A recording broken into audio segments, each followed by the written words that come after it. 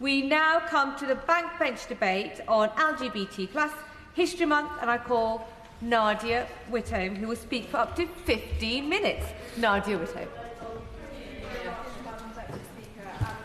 I thank the Backbench Business Committee for approving this debate, which I'm pleased has become a regular fixture of the calendar in the world's gayest parliament. And thanks also to my honourable friend, the member for Jarrow and Gateshead East, who made the application with me and whose relentless work for LGBTQ plus rights inspires me every day, not least her victory at the Council of Europe, where her report on banning conversion practices passed with a resounding majority. I'm pleased that the government has confirmed that it will publish a draft bill towards this end, and I hope that the Minister will use today as an opportunity to set out more details and timelines. Now, I appreciate the irony of one of the younger LGBTQ plus MPs opening a debate about LGBTQ plus history. Luckily, Madam Deputy Speaker, I respect my elders, so if any of my colleagues who actually lived through this history would like to intervene, correct me if I'm getting it wrong, and reveal how old they are, they would be more than welcome.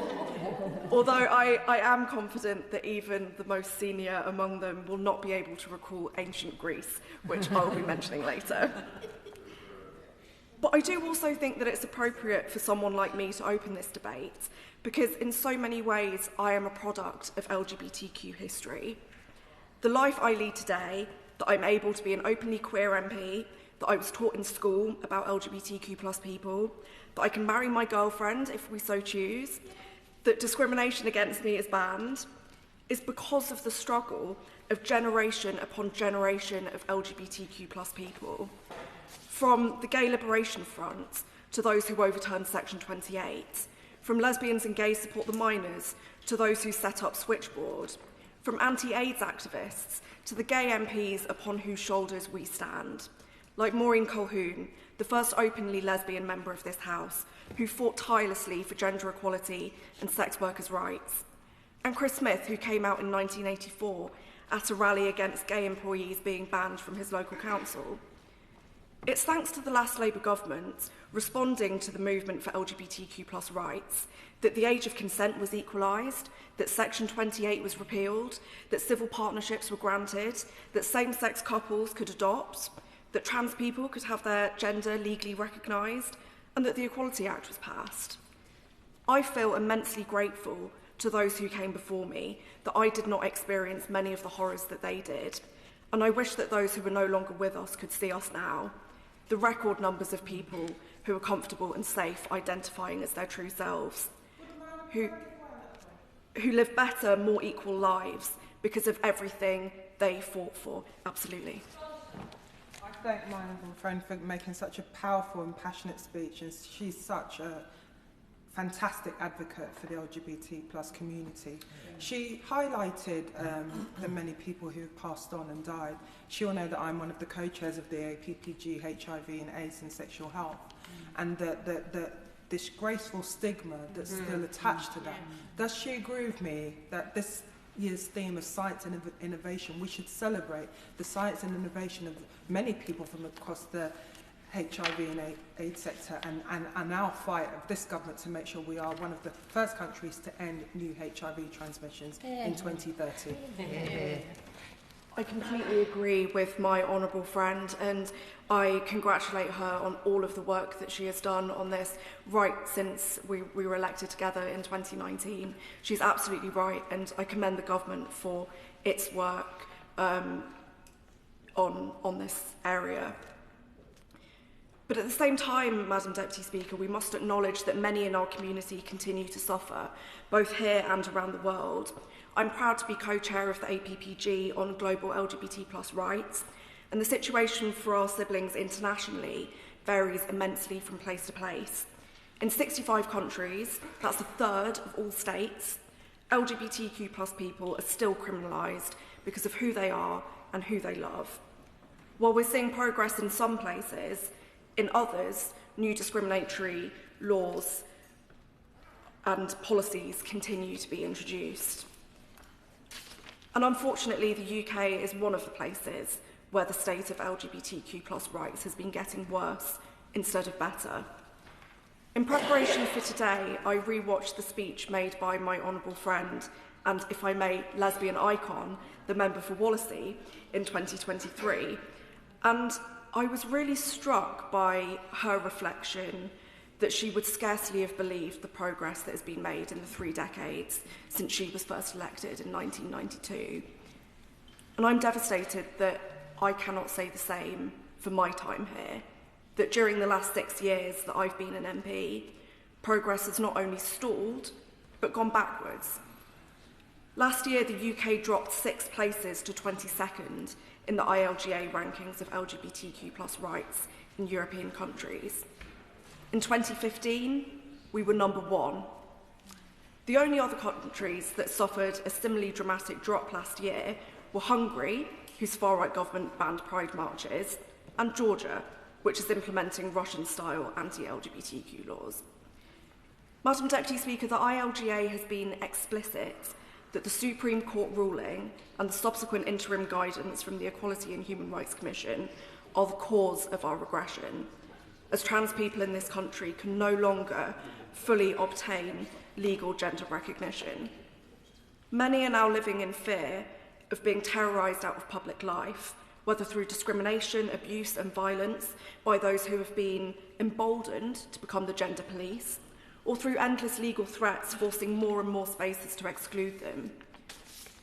We have to ask, what is the end game here? What do people opposed to trans inclusion want trans people to do? To live segregated lives that violate their privacy and their dignity? To be forced back into the closet? To somehow stop existing? What about intersex people? What are they meant to do when their biological sex has always been more complicated than simply male or female? And that's why I also think that this month acts as an important corrective to the lie that anti-trans activists often tell, that sex is binary, that until recently gender identity was straightforward, man have penis, woman have vagina, trans people don't exist. Well, tell that to Roberta Cowell, the first known British trans woman to undergo gender-affirming surgery and have her birth certificate changed in 1951. Or to Charlie Wilson, a trans man and ships painter from the Victorian era. Or to Eleanor Reichner, who was a trans 14th century embroiderer, barmaid and sex worker. Tell that too to intersex people, who have been documented as far back as ancient Greek, Roman and Indian texts, to the two-spirit people of indigenous North Americans, or to the Hijra in South Asia. As countless biologists, psychologists and societies across the world will attest, both gender identity and sex have always been complex, diverse, and not simply defined by the genitalia that those opposed to trans rights and the media are so obsessed with discussing. And it's also not the case that more trans people have just appeared out of nowhere in recent years. Trans people have always existed, trans people will always exist, and we should be proud that more people finally feel able to live as their true selves, rather than hide in shame and fear with dire consequences for their mental health. We should be celebrating this, alongside the record numbers of people identifying as gay, lesbian and bisexual. But instead, Madam Deputy Speaker, a vocal minority hope that if we make trans people's lives as difficult as possible, if they're hounded and abused, then maybe we can get back to a mythical time when they could pretend that trans people didn't exist, when gay people weren't in their face, when women knew their place. Let me be clear, the rollback of rights is all linked, and efforts to narrow the definition of womanhood, to police people's gender expression, to tie women to our biology, are a patriarchal and homophobic wet dream. We are already seeing how the Supreme Court ruling and interim EHRC guidance are leading to women, cis as well as trans, being challenged and harassed in toilets and other single-sex spaces. So gender-critical activists have some brass neck claiming that they're advancing our rights through their actions. Now, I appreciate the separation of powers between the legislature and the judiciary, and that the Supreme Court had the unenviable job of attempting to interpret the will of Parliament when making its ruling, I also appreciate that this government therefore had no hand in this decision. However, it is far from powerless. The interim guidance from the EHRC went far beyond even the Supreme Court's ruling, and we must ensure that the statutory guidance does not do the same. I hope the Minister will be able to provide an update about where they're at and confirmation that the guidance will enable organisations to be inclusive of trans people instead of mandating their exclusion. It's also the case that Parliament could legislate to make clear what our intention in the Equality Act is. And I do not believe for a second that the landmark piece of equality legislation passed by the last Labour government after the Gender Recognition Act intended the blanket exclusion of trans people. If the law needs to be clarified, then Parliament should make that clarification. Madam Deputy Speaker, we should not be triangulating on issues of human rights. We should not allow trans people to be thrown under the bus in an attempt to appease a tiny, well-funded, radicalised minority who are not representative of women and who are not representative of the rest of the LGBTQ+ community. All of us in here have a duty to all our LGBTQ+ constituents, including trans people. Trans people are the topic of frequent debate in this House, without the ability to input into it. We have to amplify their voices, their experiences, their concerns, and they are demanding that we oppose their exclusion. And as a queer woman, I feel a particular debt to the trans community because they fought for the rights that I enjoy today. They were on the Pride marches, they were at the die-ins, they lobbied their MPs, and I benefited from it. What kind of person would I be to pull up the ladder now when the LGBTQ+ community has always been and will always be one in struggle and in joy? There is no LGB without the T. We rise together and we fall together, and we must not let our trans siblings' rights be taken. Thank you so much, Madam Deputy Speaker. The question is as on the order paper, and I call Dame Near Griffith. Indeed, Madam Deputy Speaker. Well, I really do thank my honourable friend from Nottingham East for not only taking the initiative on this debate, but for making a fantastic opening speech and saying so much about our trans community, which is so important. And I will come back to that in a moment. Now, in this, our LGBT+ month debate, it's important not only to acknowledge how far we've come in respect of LGBT+ rights, but to renew our determination both to protect the progress we've made and to do more both here and abroad to enable LGBT+ people to enjoy opportunities that are every bit as good as non-LGBT+ people enjoy. I'm not going to repeat much of the excellent speech that my honourable friend has just made, so I will keep my remarks fairly brief. I welcome the fact that through amending the Police and Crime Bill, the Government is moving ahead with making LGBT+ and disability hate crime into aggregated offences, bringing them in line with racial and religious hate crime. But changes in the law need to be supported by cultural change. Unfortunately, too often, we hear of denigration, taunting and bullying of LGBT+ people, sometimes through ignorance, but also, I'm sorry to say, open prejudice, even amongst those we would hope to know better in our public services. Research by the TUC into harassment, bullying and prejudice of LGBT+ people in the workplace revealed that over half of respondents, raising to 80% of trans respondents, have been subject to one of these. So there should be no rolling back of equality, diversity and inclusion programmes, whether it's LGBT+ inclusive relationship education for young people in schools, or whether it's in a public or private sector workplace. I am pleased that our Employment Rights Act gives formal recognition to trade union equality officers and to strengthen employer duties against harassment. This will certainly help, but we should be under no illusion that there is still much to do. Now, moving on to the Conversion Practices Bill, I know a lot of work has been done on this bill, and I appreciate that the Minister is absolutely committed to bringing forward this bill and to ensuring that it is fully trans-inclusive. But time is ticking on, and I would be grateful if she could tell us when she is likely to publish a draft bill.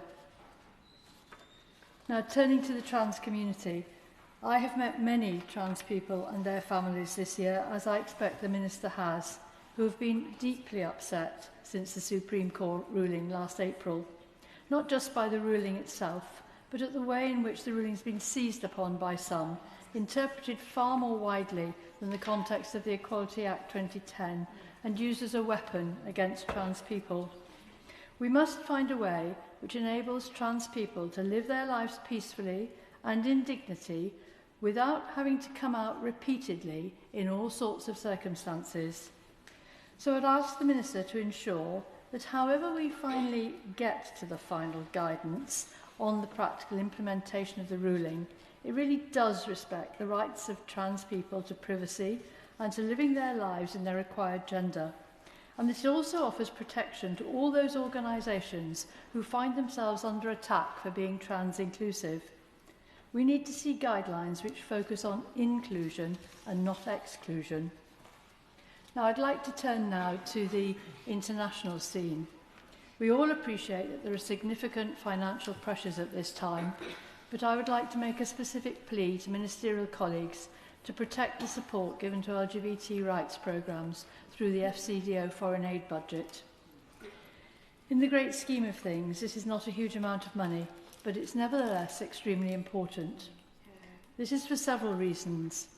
Firstly and foremost, because it is not just a minority rights issue.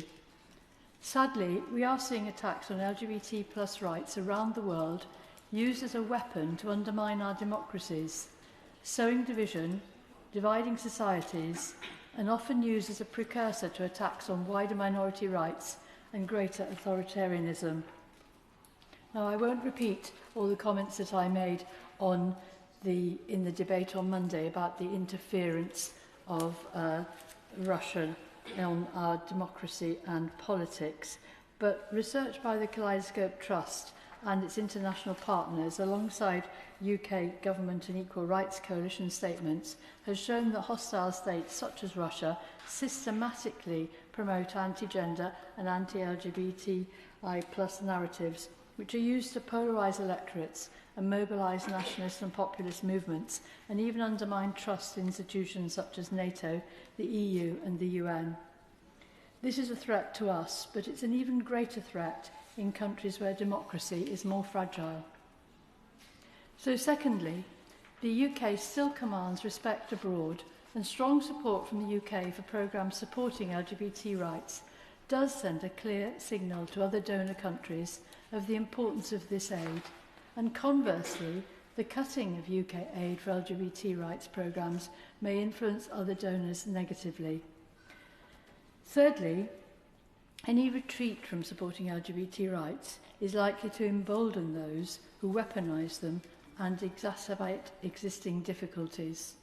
Now, I am very pleased to hear that the UK will be hosting the IDAHOC meeting in 2027, but I would really ask the Minister if we could use that both to put our position on the rankings in a better place, but also to support LGBT rights internationally. Thank you. Kate Osborne, are you ready to stand? Kate Osborne. Thank you, Madam Deputy Speaker. It's a huge honour to co-lead this debate with my honourable friend, the member for Nottingham East. We share many things, not least our proud queer identities and a deep commitment to equality. So I'm pleased to have worked together to mark LGBT History Month. After years of progress, it feels to many of us as though we are going backwards on many of the rights that LGBTQ plus people have fought hard for and gained. Rights that were hard won are now being treated as optional. Protections that people fought for, often at great personal cost, are being chipped away, one argument, one dog whistle, one headline at a time. For our trans siblings in particular, this feels like a dark and a dangerous time. That's why LGBT plus History Month matters. Our history shows us the patterns, progress, backlash, progress again, and now we are facing another backlash, That backlash is never without harm. It comes at significant human cost. So whilst we celebrate the trailblazers... Yes, give way. Very grateful to my honourable friend for giving way, and can I firstly congratulate her and my honourable friend, the member for Nottingham East, for securing this debate and the work that she has done at the Council of Europe to secure the passing of that report on the trans-inclusive conversion therapy ban, a monumental achievement. Is she, like me, concerned about the rise of the far right across Europe and in the UK and the threat that this poses to our constituents of LGBTQ+ backgrounds? I thank my honourable friend for her intervention, and yes, I share her concerns regarding the far right and indeed others. So whilst we celebrate the trailblazers, the organisers, the artists, the campaigners, the nurses and carers who held hands in hospital wards when families would not visit, the friends who became family, the people who marched when it was dangerous and the people who stood up when they were told to sit down, we also learn from their courage. We remember that our history includes pride marches and community groups, but also trade union solidarity and working class organising, because one of the strongest lessons in our LGBT+ history is this: when working people stand together, we win change that reaches far beyond the workplace. I'll declare an interest as a proud member of Unite the Union, and let's just take the opportunity to mention that as well as LGBT History Month, it is Union Hearts Week. Trade unions are always at the heart of the fight for equality. It's trade unions that push employers to have policies on discrimination at work, and trade unions who decades ago brought about trans-inclusive policies. At a time when division is being weaponised, that lesson of solidarity is more important than ever.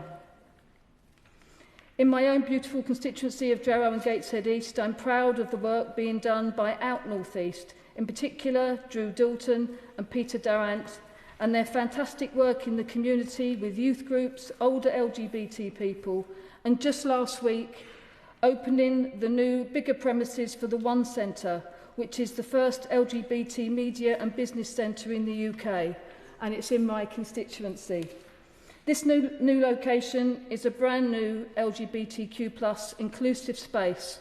The facilities are absolutely incredible, and I'm so honoured and moved to have realised when I arrived that I was featured on the Icons wall alongside Bowie, and that there was a room named after me and another room named after the wonderful Lord Cashman from the other place. Yeah.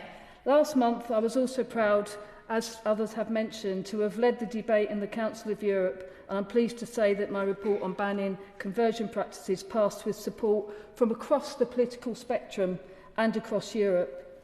Yeah. The report contains a framework for legislation that each of the 46 countries are then expected to adopt in their own parliaments. Our government should now adopt that framework, because conversion practices don't just happen in theory, they happen to real people in real life. They happen under the guise of therapy, guidance, deliverance, or counselling. And the message is always the same: you are broken, you are wrong, and you need to be fixed. Well, I'm here to say that I'm a lesbian, and there's nothing about me that needs to be fixed. Thank you. I'm afraid, Madam Deputy Speaker, that instead of learning from the stigma and prejudice of the past, here we are, marginalising, discriminating, preventing vital life-saving healthcare and support, and excluding trans and non-binary people from sport, spaces and society. There is not a shed of doubt in my mind that future MPs, government ministers and possibly prime ministers will stand where we are right now and have to dish out the kind of apologies, compensation and retribution for the wrongs of yesterday that we see happening all too often today. So why don't we save ourselves, and most importantly, save the trans community? Stand up and step up for them right now. instead of capitulating with a small band of very loud and well-funded bigots. Let's not make today's discrimination tomorrow's new inquiry, public apology and compensation scheme, because that is exactly where we are heading. And I'll finish with a celebration of our history. We are here today in the gayest parliament in the world. 12% of this chamber are LGBT, and I'm delighted to be serving queer joy in Parliament for you all to hear. And to the homophobes that are still just about clinging on to their prejudices, well, I've got some queer joy for you too.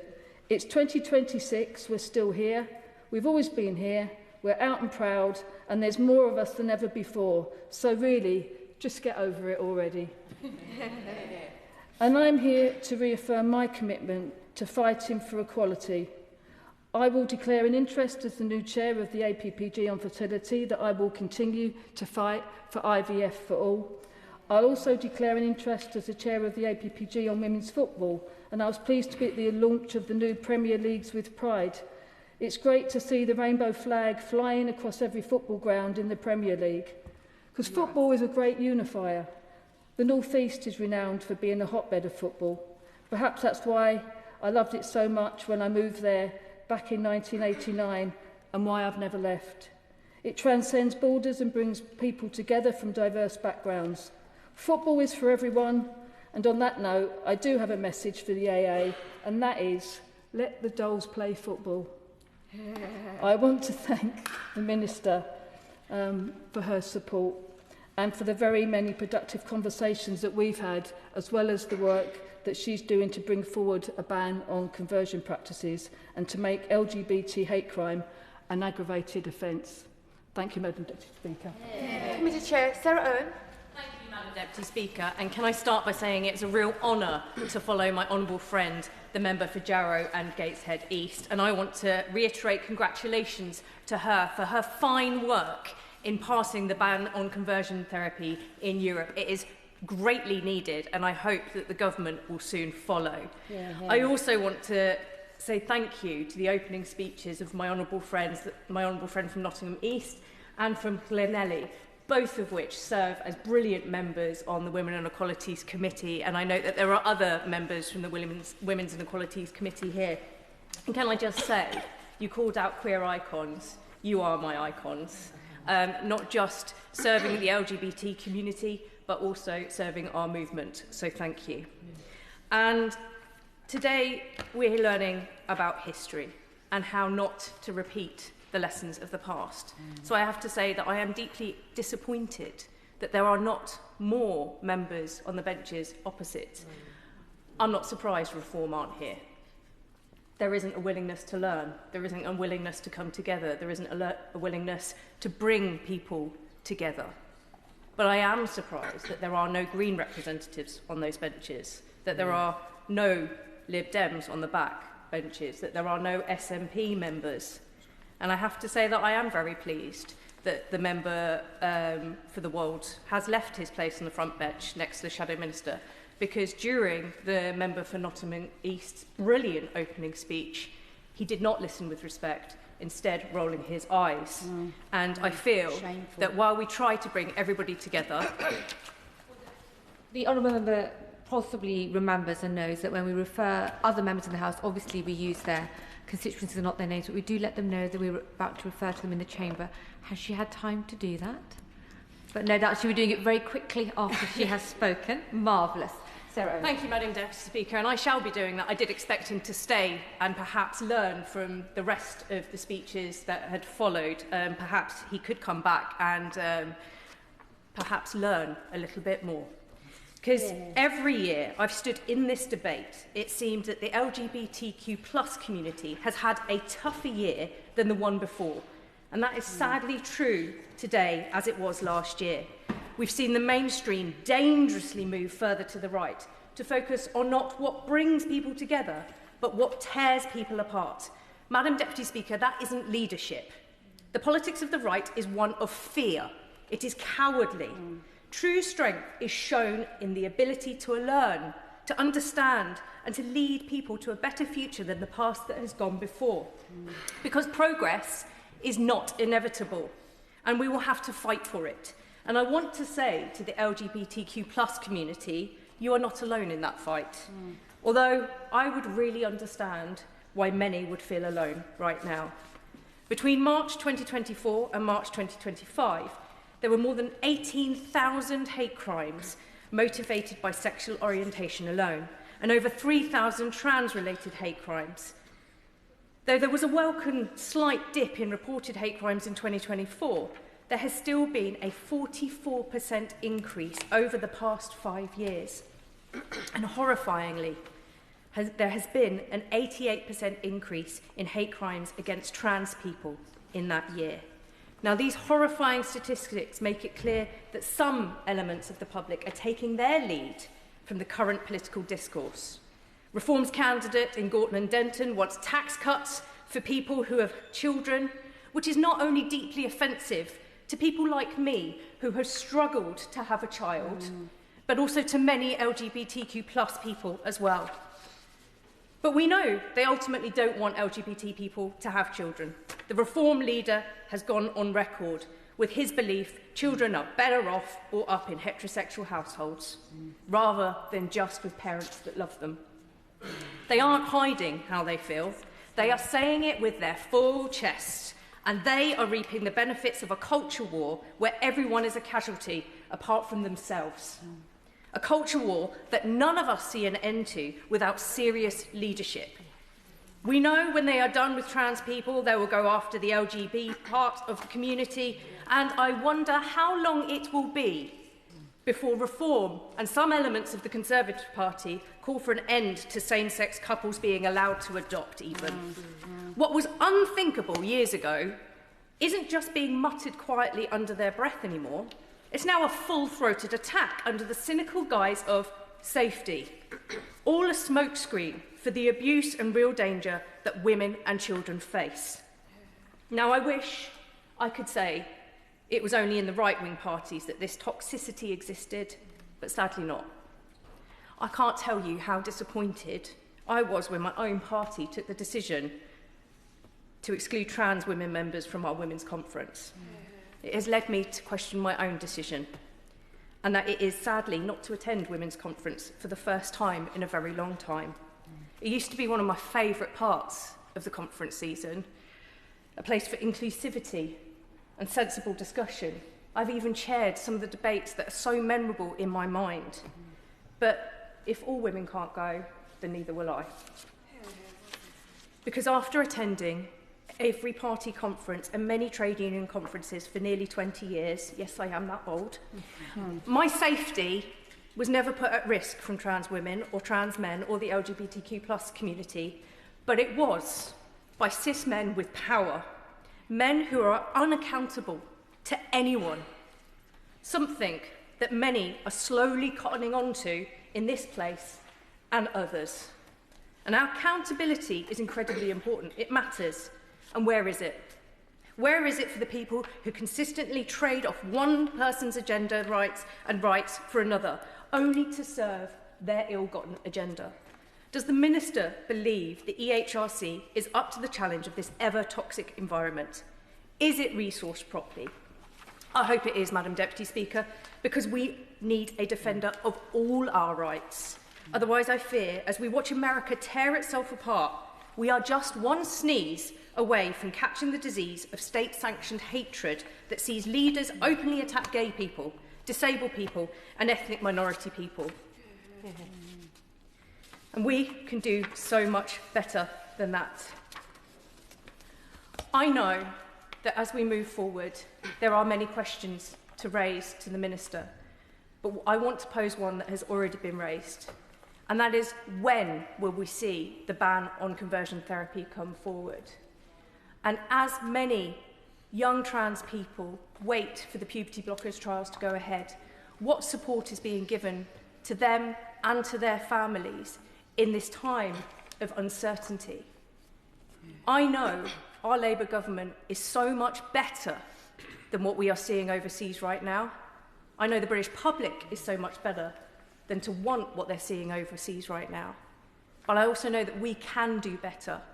We are a country that isn't just tolerant, but is at its best when we celebrate difference, when we learn from one another, and when we come together to join in and celebrate who we are as this brilliant country.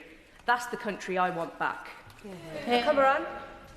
Thank you, Madam Deputy Speaker. It's a pleasure to follow my friend for Luton North. She gave an incredibly powerful speech. I also want to thank my honourable friend for Nottingham East for her incredibly powerful opening remarks and for moving this debate. She is a proud queer British South Asian who is a role model to so many, and that representation really does matter.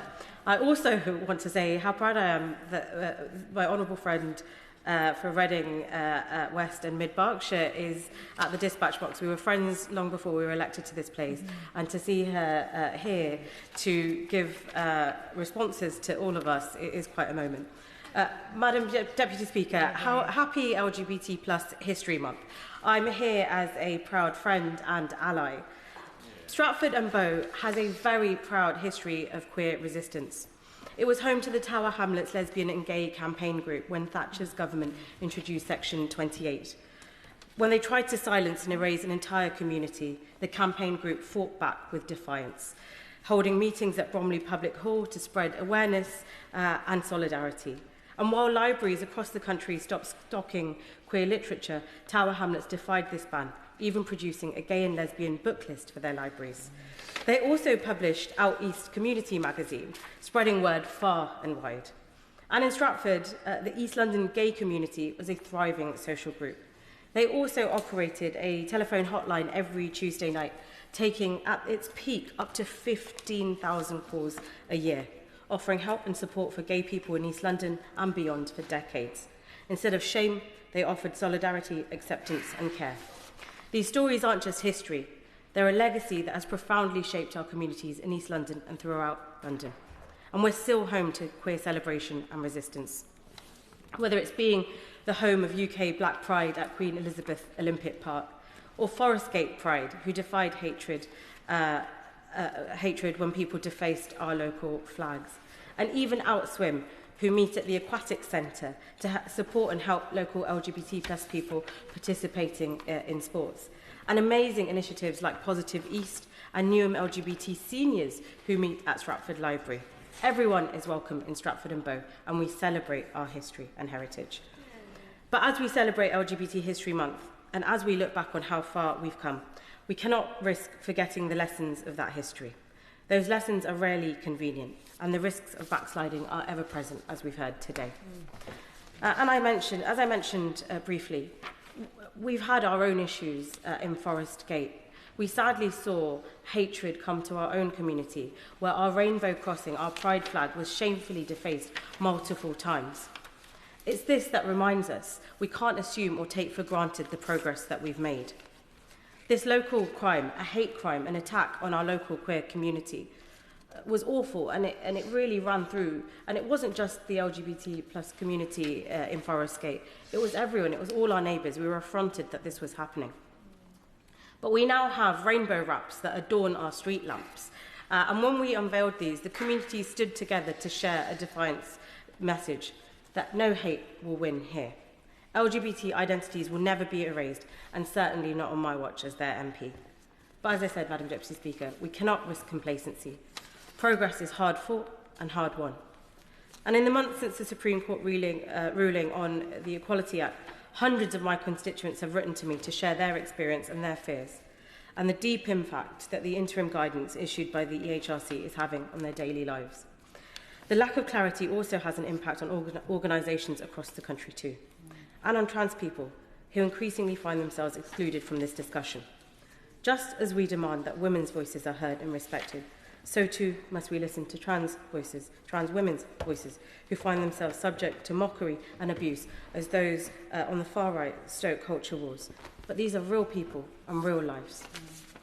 Last year, I wrote to the Minister for Women and Equalities, and I made the views of my constituents very clear, that we must ensure that the Supreme Court ruling does not leave anyone facing yet more barriers to living a full, happy and dignified life free of discrimination and harassment.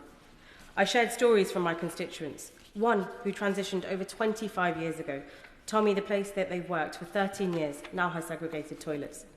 They're terrified they'll now have to disclose their trans identity to their colleagues, infringing on their right to privacy and risking their safety and inclusion at work. This isn't an abstract discussion.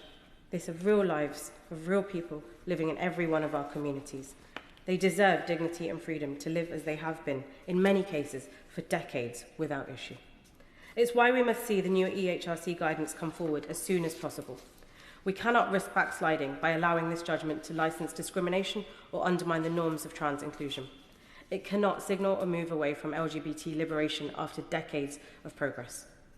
Madam Deputy Speaker, we often hear that pride is a protest, but pride is also a movement rooted in resistance, in defying silence, in refusing shame, and we've come so far. It bears repeating that the lessons of history are clear, that progress was hard-won and it must be defended. But this LGBT History Month is not just about struggle, it's about joy and celebration and celebrating queer identity. That's why I'm here as a proud ally to celebrate this. That's why Tower Hamlets Gay and Lesbian Campaign Group stood for. It's what the East London Gay Collective stood for. It's a legacy that we must all carry forward, in particular at this moment for our trans friends and neighbours. So as we celebrate LGBT+ History Month, as we look back on how far we've come, let's remember that progress is never inevitable. It demands resolve, it demands allyship, including from each and every one of us in this place. Rhodes. Thank you, Madam Deputy Speaker, and I thank the member for Nottingham East for her introduction to the debate. According to data compiled by the House of Commons Library, over 10% of the population of my constituency of Glasgow North identify as lesbian, gay or bisexual, one of the highest proportions in the country, and over 1% identify as transgender, again, well above the national average. The data illustrates a wider story of a growing number of people feeling confident, living their lives openly as their true self, and at the same time, those who feel unable to do so, and those who feel that they can only be open about themselves in some circumstances, but not in others. The recent history of LGBT+ rights has seen a growing confidence, shaping and being shaped by legislative change and cultural societal change. Cultural society change influencing legislative change, and in turn, legislative change influencing cultural society change. Progress made in recent decades, and progress that for many now feels less secure than ever. LGBT+ History Month gives the opportunity to reflect on this history, a history of prejudice and of progress, a history of shame and of pride, a history marked by hatred and by love. Too many personal histories never fully told, too many talents never fully celebrated, too many denied the opportunities to live their lives fully. But also those who, despite challenges and barriers, hatred and discrimination, have lived their lives as fully as they could, enhancing the lives of many and still remembered today.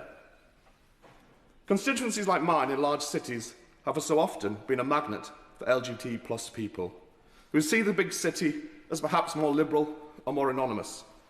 The small town boy phenomenon put into anthemic form by Bronski Beat in the 80s. For many big cities like Glasgow have been a lifeline and have become their space. For too many others, the dazzle of the bright lights hid dark places. The draw of the big city has been around for many decades. In 1933, two working-class Scots, Robert Coon and Robert McBride, often referred to as the two Roberts, arrived from Ayrshire at the Glasgow School of Art. They went on to become renowned artists and shared a lifelong romantic relationship at a time when gay relationships were illegal. There are histories of LGBT+ artists, writers and musicians, but there are histories too not recorded and not told of LGBT+ shop assistants, delivery drivers and joiners.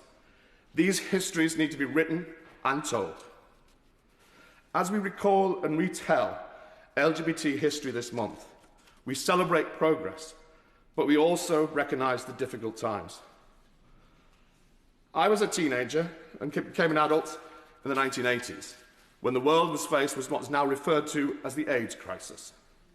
At that time, I recall the newspaper headlines referring to the gay plague. I still remember clearly reading a news story about how schools were cancelling swimming lessons at a local authority swimming pool because gay men had been swimming there. I also remember a story where a cafe owner reassured his customers by telling them not to worry, as he had smashed and got rid of the crockery and cutlery used by a gay customer and deep cleaned the cafe. There was a clear popular narrative that gay equals illness equals death. Even by 1996, when the film Beautiful Thing was released, it was still possible to shock by having a mainstream film with gay characters who end the film alive, well and happy. LGBT History Month is an opportunity to recall history, to celebrate and to pay respects. It is also an opportunity in this place to reflect on how legislative change hasn't just been the result of cultural societal change, but also how legislative change can be a tool to drive cultural and societal change. It is an opportunity for us in this place to reflect on that, acknowledge the importance of the leadership that can be taken through legislative change, and ultimately is a call on us to act. History moves on. It is our job to make the next legislative change. I look forward to hearing from the Minister about the progress that is being made on bringing forward legislation that is comprehensive and inclusive to ban conversion practices outright. We need to bring forward this legislation, quite rightly, in response to calls for it, but also because it is our duty in this place not just to respond, but to lead progressively. It is for us to take action, to legislate to reflect the changes in society, but it is also our duty to use the powers that we have to change society for the better. In this LGBT plus History Month, let us remember the history that has brought us to where we are, but also remember our responsibility to help the history that is still to be written. Blake. Thank you, Madam Deputy Speaker, and thank you to the Honourable Member for Nottingham East and for Jarrow and Gateshead East for securing this debate and for your powerful remarks. And I just have to pay tribute to my honourable friend from Glasgow East for his Glasgow North, for his powerful speech and remarks calling for the change that we need and reminding us of the horrors of the 1980s and the representation of the LGBT community at that time. I remember that really clearly, and the horror that that put into young people, the damage that that has done, I think for decades, is something that we will take a long time to recover from. So thank you very much. I'm here as a proud friend and ally to the LGBT community and to talk about what LGBT History Month means for my constituency and my constituents. The purpose of these months is to celebrate, reflect, learn and to plan for what we need to do to secure rights going into the future. And I'm grateful to honourable members for talking about struggle and also talking about joy. So for my few minutes, I want to talk about the joy that I know takes place in my community, in my constituency every day, but also some of the struggles that we face going ahead. I'm so proud to represent a constituency with such historic ties to the LGBT community, home to London Pride, to GAY, to the City of Quebec, the oldest LGBT venue, we think. I'll invite historians to challenge any historians in the room to challenge me on an intervention. And She Soho, the home to historic figures Oscar Wilde, Alan Turing, and Vita Sackville West. Just carrying on with some of the joy that I have had in my community, representing and talking to my constituents in the Westminster LGBT Forum. And I want to give a shout out to the kindness that I have experienced working with Professor Pippa Cattrall, who chairs the LGBT Forum, and also Pride in the Square Mile. I want to celebrate Bishopsgate Institute, their incredible archive of LGBT history, and if anyone has time over recess, I strongly recommend a visit. I know that they would welcome all of us. We're incredibly proud to host 56 Dean Street, an inspiring sexual health service based in Soho that has a really pioneering approach to securing excellent sexual health services. It has been truly inspiring to hear about the progress that we have made this afternoon over the years. We've seen the support for gay marriage go up just in the last few years from 54% in 2010 to 78% in 2023. And we've also heard about incredible stories of sacrifice. But we are less than 30 years from the horrendous attack at the Admiral Duncan pub. Many of us in this room will remember that week and what it felt like to live in a city where people can be attacked for who they are, where people are murdered for who they are. And so I want to pay a tribute to the Hate Crime Awareness Month team, who are friends of people who lost their lives in the Admiral Duncan attack, and to Reverend Simon Buckley, and to the Westminster LGBT champion and Soho champion, Councillor Patrick Lilly, for the work that they do at the annual remembrance event for the Admiral Duncan attack. And I don't think there's ever been singing in the chamber, but I cannot articulate how powerful it is listening to the Pink Singers sing "I Want to Dance with Someone" at that annual remembrance service. And you're all welcome to join me there to show our respect and to celebrate the joy, but also remember the terrible struggles that people have lived through. And 6 months ago, we experienced a homophobic group march through the very centre of Soho, attacking people for who they are and chanting hate. And that's something that is still very live for us. And we're also now facing the attack on trans rights. My constituents, like many of us in this room, have contacted me in deep pain about what they are experiencing in the current horrific culture war that we're living through, and many of us are fighting to get through. And we just cannot allow the current situation, the current level of attack on trans people to continue, and for the interim guidance to stop people from living their lives as who they are.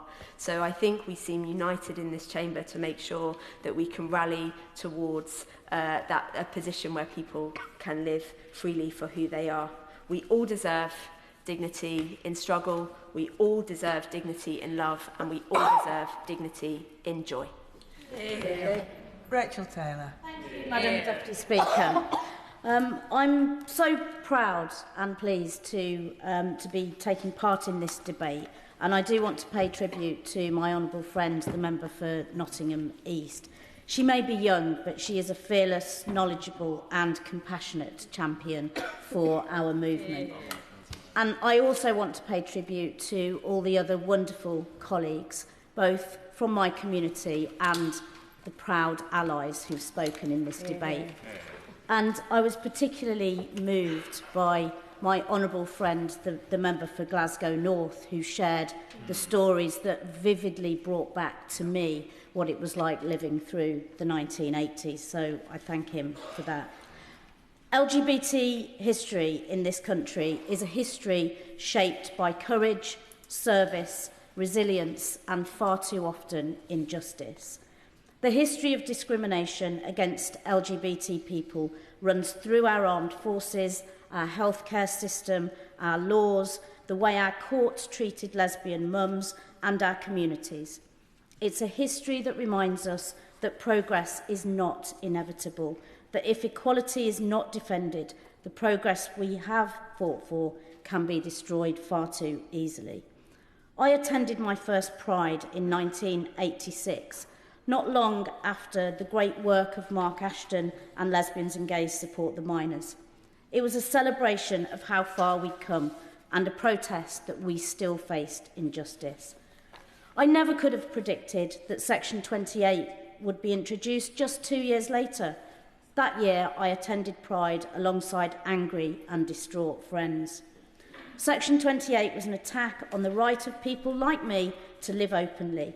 It stigmatised lesbian, gay and bisexual people.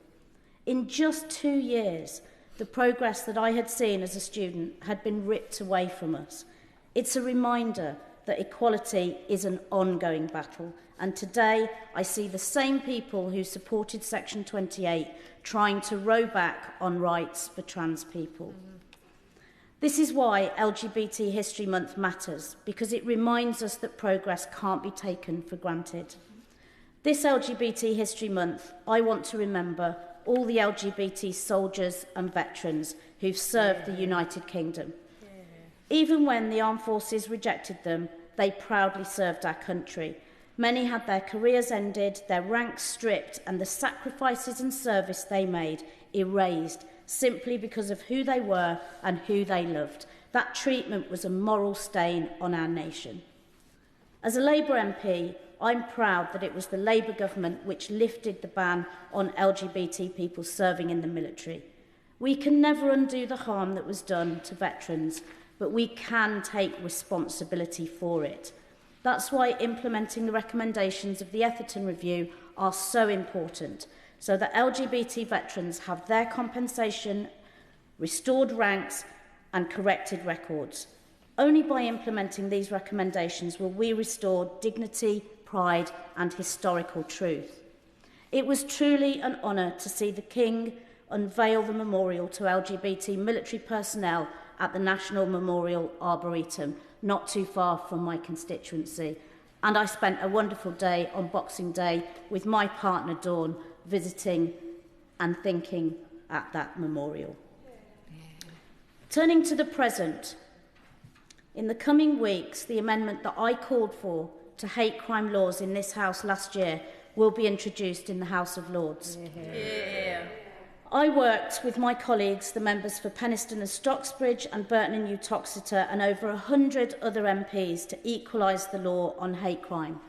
It will make all hate crimes aggravated offences so that disabled and LGBT people receive the same support as victims of other hate crimes and have the same time to report these distressing, vile, degrading and often violent crimes, so that their experiences are treated with the same severity as those suffering hate crime because of their race or religion. This was a manifesto promise from the Labour Party, and I'm proud to be part of a government and these benches that deliver on that promise and turn up when these issues are debated and LGBT history is celebrated. LGBT history is not just about the past, though. It's about highlighting how discrimination persists today and that homophobia and transphobia still destroy lives. I was pleased this week to welcome the Premier League with Pride launch, using the power of sport to promote inclusion and respect. And hopefully, in our not too distant future, we may see Premier League players coming out as gay and being supported. LGBT people have long faced barriers to healthcare, from the stigma faced by gay men during the AIDS crisis, to lesbians denied help with painful periods and reproductive health problems, to trans people today trying to navigate a system that often meets them with suspicion instead of care. History teaches us that inaction is not neutral. It only allows harm to continue. That's why I welcome the steps this Labour government is taking to improve LGBT people's access to healthcare. The HIV Action Plan is groundbreaking and will support the goal of ending new transmissions by 2030. And I applaud the excellent work done by the Terence Higgins Trust. Thousands of people will benefit from improved HIV testing and treatment. This is the change that a Labour government can make. There's one final point I want to make, and that is that we must be bolder when it comes to standing up for the rights of trans people. Culture wars have polluted online social media platforms with vitriolic hatred towards trans people, who make up less than 1% of the population. When I speak with them, I hear the same story. All they want is access to the healthcare they need and to live their lives without fear of discrimination. And the parents of trans children who come to see me in my surgery want that very same thing. At the same time, we see a minority who claim to represent the views of women, calling for trans people to have their rights eroded. I believe we can stand side by side. I know that most people want to live and let live. Now more than ever, the LGBT community and our wonderful allies must continue to stand against all homophobia and transphobia. We must learn from our history so that we never allow our progress to be taken from us. We're proud of our history, we're proud of who we are, we're proud of who we love, and we are never going underground. Yeah. I call Bell Ribeiro-Addy. Thank you, Madam Deputy Speaker. And I would like to start by congratulating my honourable friends and faves, the formidable members from Nottingham East and Jarrow and Gateshead for securing this vital debate and for their brilliant speeches. Because I know this debate means a lot to members of the LGBT plus community in my constituency and across the UK. I'm really pleased to hear the reflections and recognition of the incredible achievements of LGBT plus people throughout history and the remarkable fight for equality and end to discrimination. But sadly, we all know that that fight is not yet over, and there's still a substantial way to go before LGBT plus people are free to live and love without prejudice. So I also want to congratulate my honourable friend for Jarrow and Gateshead for her victory at the Council of Europe, passing the report on banning conversion therapy, particularly because one of the steps that this government and the previous one has so far failed to take in terms of ending discrimination is the introduction of a complete trans-inclusive ban on LGBT plus conversion therapy, a vile practice that is better described as a form of torture towards LGBT plus people. We said so-called conversion therapy is abuse. There is no other word for it, so Labour will finally deliver a full trans-inclusive ban on conversion practices while protecting the freedom for people to explore their sexual orientation and gender identity. Those were the words in our 2024 manifesto. Words that I was pleased to take to the electorate, and I was proud to hear the promise reiterated in the King's speech. Yet, almost 2 years on, we are still awaiting the draft Conversion Practices Bill.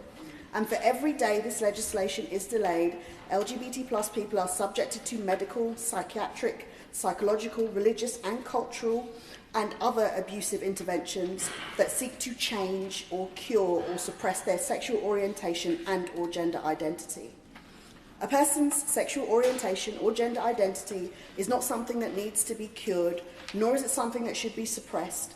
There's nothing wrong with being lesbian, gay, bi, trans, queer, or identifying with any other way that comes under the LGBT plus umbrella. And it seems like we're taking steps back in terms of equality to have to state this in 2026. But it is necessary because conversion practices have not been banned in their entirety, and they seek to say otherwise. They seek to tell LGBT plus people that their identity is wrong when this is simply untrue. Now, it's not uncommon for individuals to question or explore their sexual orientation or gender identity and seek guidance and support from their friends, family, or even religious leaders. But it has always irked me when people attempt to use faith in these arguments, especially when I think of what Jesus' final commandment was, which was quite simply to love one another. I've never understood how you can love someone whilst discriminating against them at the same time. Conversion therapy is not supportive, it is not affirming, it is not therapeutic. It is a one-directional practice that seeks to force LGBT plus people to change their sexual orientation or gender identity through pseudo-scientific counselling sessions, threats, corrective rape, being prayed over as a form of healing, and even exorcisms. These practices do nothing to make a person straight or cisgender. In fact, all they do is cause immense psychological and physical harm. And for every day this legislation is delayed, the practice continues, and LGBT plus people are at risk of these vile conversion practices being offered or forced onto them. Now, the previous government promised to bring in the ban, they delayed and U-turned and ultimately failed to introduce one. Now, I'm sure it's not a spoiler for me to say that I'm sure the government will deliver on its manifesto commitment, and I look forward to the Minister's response, particularly because I know that she is someone who has long campaigned on these issues. But the urgent question that I would like her to answer is when. Thank you, Madam Deputy Speaker, and it's a pleasure to speak in a debate which was opened by my honourable friends for Nottingham East and Jarrow and Gateshead East with such excellent speeches. It's also an honour to speak in this debate, having listened to my honourable friend for Glasgow North, who, in speaking about beautiful things, got me thinking about how we've seen queer culture depicted in our culture in different ways. And it reminded me of a social media post that I saw by the TV critic Scott Bryan, who said just a few weeks ago that over his lifetime he's gone from seeing LGBT plus and queer storylines being a rarity or too controversial decades ago, to then being in soaps, often depicted as a moral outrage, then to being occasionally mentioned but never really explored, that casts would be presented but their storylines never really developed, aka the gay best friend, that you would then see some exploration but typically they'd die, there'd be a tragic ending, to then a gay or LGBT character being explored but really only after the watershed and really only for the character to be embraced by an LGBT plus audience, to then creating queer shows in more recent years, which may be targeted at younger people to tell them that everything's going to be okay, or as we saw with Heated Rivalry, something altogether different. And I think I'll leave my description about that. But in thinking about that description, it made me realise that actually what we're talking about here is largely lesbian and gay TV shows, not trans TV shows. And that then was making me realise actually that while Pride is primarily of, by and for the people who dance under the same rainbow, it's also about liberation for everyone from prejudice. And that really we can only open our eyes to a safe and more compassionate society if we listen to trans people and if we protect them. And in my contribution, I want to particularly reflect what some of my constituents who are trans have said to me, because they have told me that they believe that too often their identities, their rights, their care that they receive is just separated completely from what they need. That too often we don't, as politicians, listen to what they have to say. But in so doing, we don't realise that actually, while we can have contributions in the debate which talk about the difficulties trans people face, we can also realise that the predominant narrative isn't one that's universally true. It isn't the case that all trans people are constantly suffering, depressed or impoverished.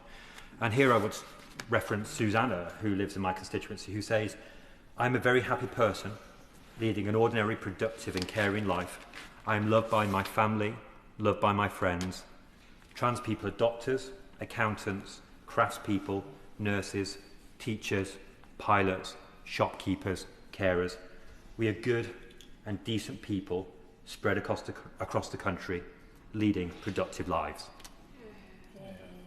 And when we tell stories like my constituents, we're telling stories about real people, real families, and we're talking about the harms and the opportunities that society chooses to prevent or to permit.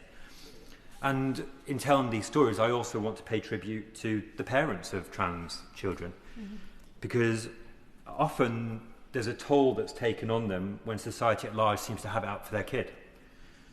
They have fierce, unwavering love, and often that's ignored. Their concerns go disregarded, and I want them to know as they're watching this that I am listening to their views just as I am listening to the views of their trans children. And that's particularly important because while our sexual orientation or our gender identity is not chosen by us, being gay or trans openly very much is a choice. And I could no more be straight than a trans person could make themselves cisgender. The alternative is to stay in the closet, to feel shame wash over yourself, a shame that can lead to anxiety, to depression, and sometimes even suicide. Being gay, being trans is about choosing yourself. That's the choice. So when our opponents try to make the cost of choosing yourself unbearably high, too severe to bear, when they try to make transgender people cisgender by denying them care or surgery, when they say that they seek to spare young people from medical care or surgery, what they're effectively doing, while they don't say it, is implying that people can be cured. They can be cured of being transgender, that all it takes is the denial of gender-affirming medical care or surgery to convert them. And I think that's important to dwell on when we are, as a Parliament, going to be considering, I think very soon, a ban on conversion practices. We can ban the practices. We also have to realise that the rhetoric itself can be used in a way to attempt to convert. Yeah. And opponents don't care about forcing a transgender person to be cisgender at all. They don't care about the danger involved. They don't care that it won't work. Just they wouldn't see that forcing a gay person to be straight is dangerous and won't work. So they don't realise that we're transgender people. And so I choose to support trans young people in making their own decisions about transition, from early and more reversible options like changing a name or pronouns, or starting puberty blockers, to less reversible options such as surgery, which will usually come later. I choose to support trans youth in deciding their own identity and future, because it's wrong to force them to identify with the sex they were assigned at birth. In fact, all of us here would choose to support anyone and everyone in deciding their identity, to choose themselves, whatever that means, whatever that may be. And when we don't do that, when we have politicians in this place who, on issues affecting trans people, will divide us with rhetoric that inflames, unconcerned about whether the things they say can be backed up by evidence, they're pursuing a politics which is based on scapegoating, not science. Yeah. Mm-hmm. And to those who say that this move can be contained to trans people, know this: trans people can never be sidelined or sacrificed, because every human is entitled to dignity and respect. And this comes through in the words of Antonio, my constituent, who says, as a trans woman, all I want is to receive the same healthcare, freedom, and be able to live my life the same as everyone else. We work, we pay bills, we go shopping, we watch TV, and we have friends. We're not a cult or a freak show.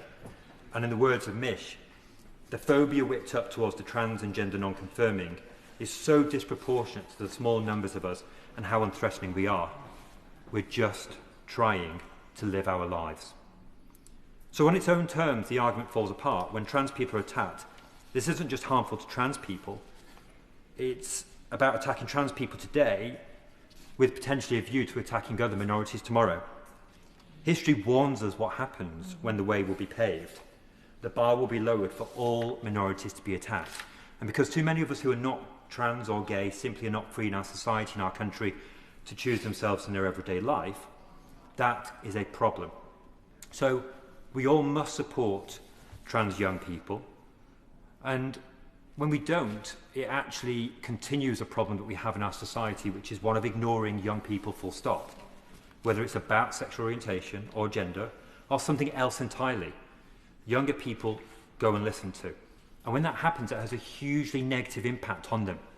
All of us should choose to support trans and gay young people, but we should especially choose to support children and young people. And for many young trans people, if we were to listen to them and enable them to choose, we would listen to what they have to say about puberty blockers. Because puberty blockers are reversible. Mm-hmm. Puberty isn't. Puberty blockers can stop the harms of an unwanted, irreversible puberty as children watch their bodies change in ways that might be difficult or impossible to undo later. And that's why it matters that young people don't miss the window in which blockers can prevent the irreversible physical changes of puberty while simultaneously extending the diagnostic period. In other words, blockers are a way to buy time, to enable young people the choice and the freedoms to explore their identity without the added stress of pubertal changes.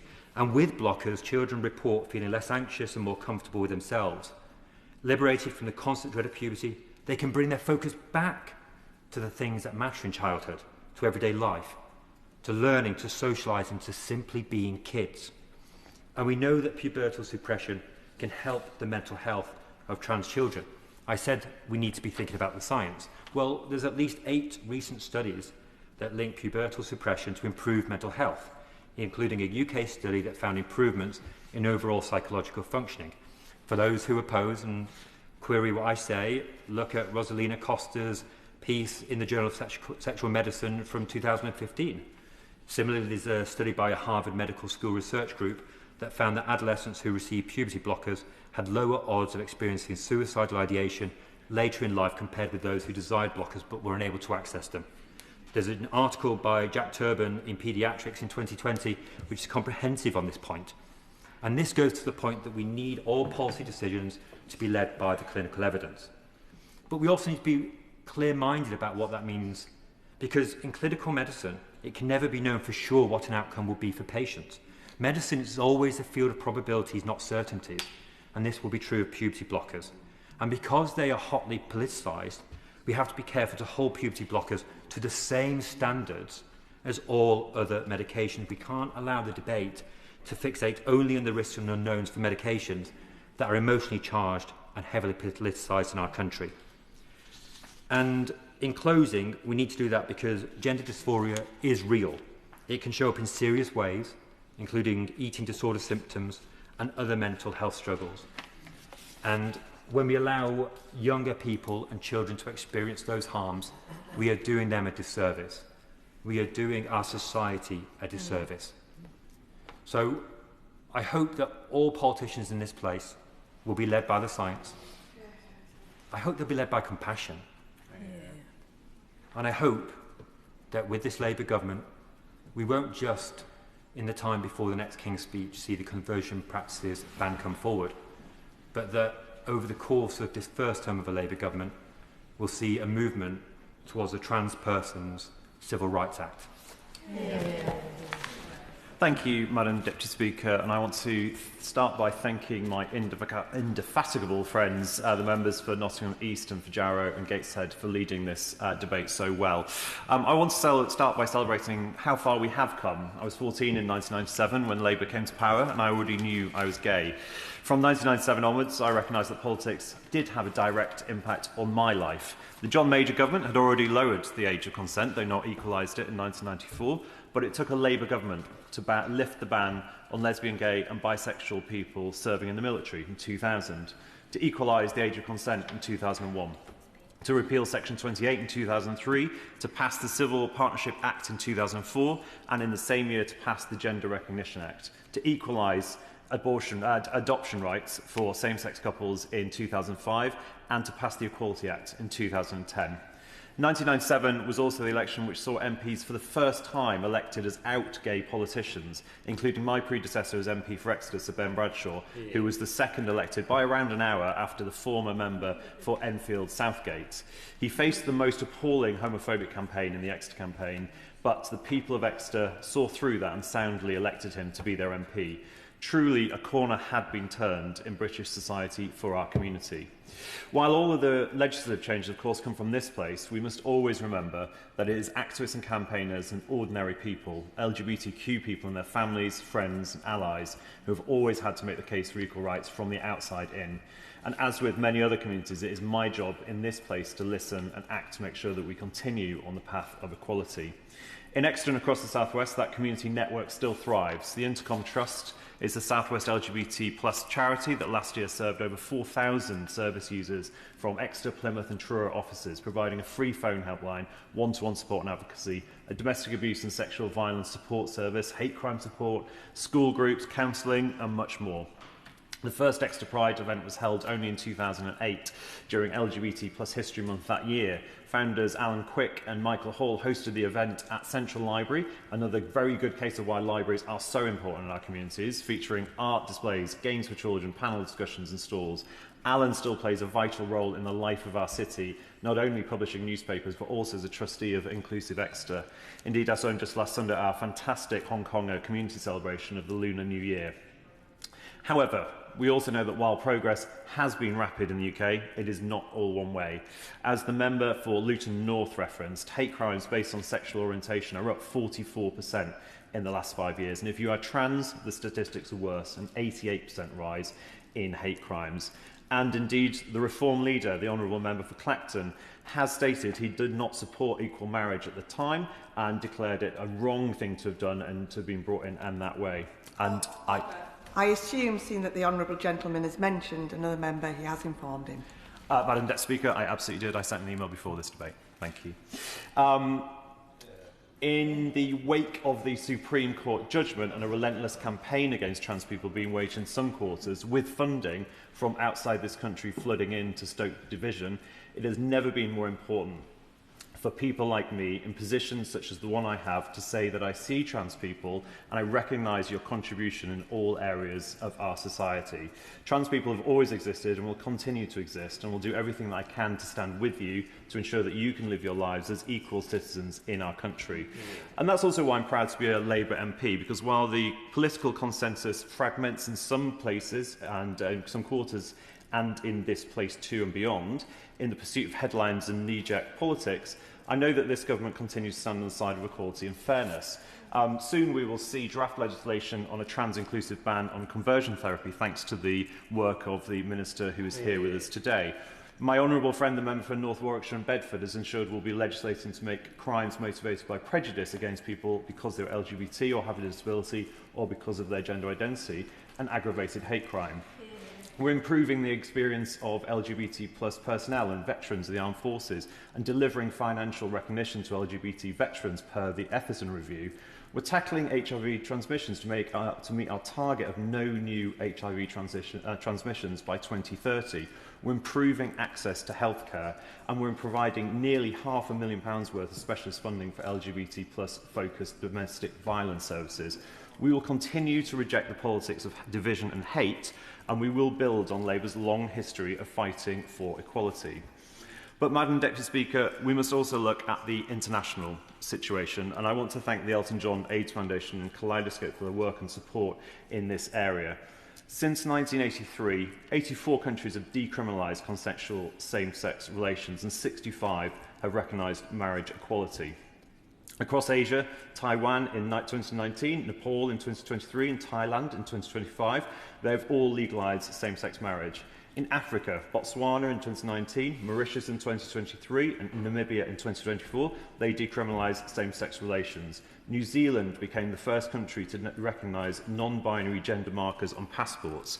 India, Pakistan and Bangladesh recognise hijra or third gender individuals. And globally, we've also seen positive trends in adoption rights and legal gender recognition. In 2016, after sustained campaigning by activists worldwide, the UN voted to create a mandate for the independent expert on sexual orientation and gender identity, which is a landmark moment in international human rights protection. But nearly a third of all nations, 65, still classify LGBTQ plus people as criminals, and homosexuality is punishable by death in 12 countries. In the last 2 years alone, several countries have passed harsh new laws targeting LGBT plus people. In 2024, Georgia banned gender transitions, legal gender recognition, pride events and LGBTQ plus symbols. For the first time, Mali criminalised homosexuality with punishment of up to 7 years in prison in 2024. In the United States, over 500 anti-LGBTQ plus bills were introduced, aiming to restrict trans rights and LGBTQ plus education. Burkina Faso's government passed a law in September 2025 banning homosexuality, with those found guilty facing 2 to 5 years in prison, according to the state broadcaster. The draft law was unanimously passed by 71 unelected members of the country's transitional government, which has been in place since the military seized power. And in late 2025, Ghana parliamentarians reintroduced a bill to criminalise identifying as LGBTQ with penalties of up to 3 years in prison. Funding or forming an LGBTQ-related group would be punished by up to 5 years in prison. I recently met LGBT activists from Hong Kong and Botswana who talked to me about the repression that communities in those places still face and the support that they receive from Kaleidoscope and the funding for programs that comes from FCDO ODA programs, which are vital to some communities around the world. Because LGBT rights are not just a nice to have, they're fundamental to human rights and they're fundamental to healthy societies too. For the first time since UNAIDS began reporting on punitive laws a decade ago, the number of countries criminalising same-sex sexual activity and gender expression has increased. An analysis of data from 10 countries in sub-Saharan Africa found that HIV prevalence among gay and bisexual and other men who have sex with men in countries that criminalise same-sex relations is 5 times higher than in non-criminalised settings.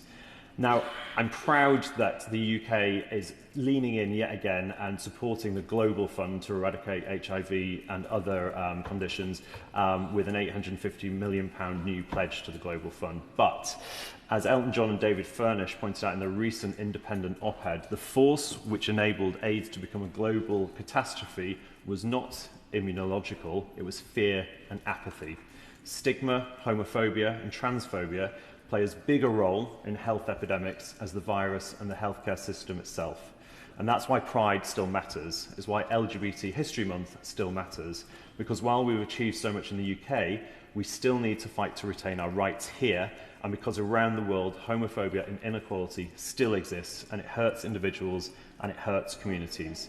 The UK has a vital role to play, in part because of our historical context of colonialism, in supporting the progress toward a more equal world. And I'm proud to say that I believe we will continue to do so. Thank you, Madam Speaker.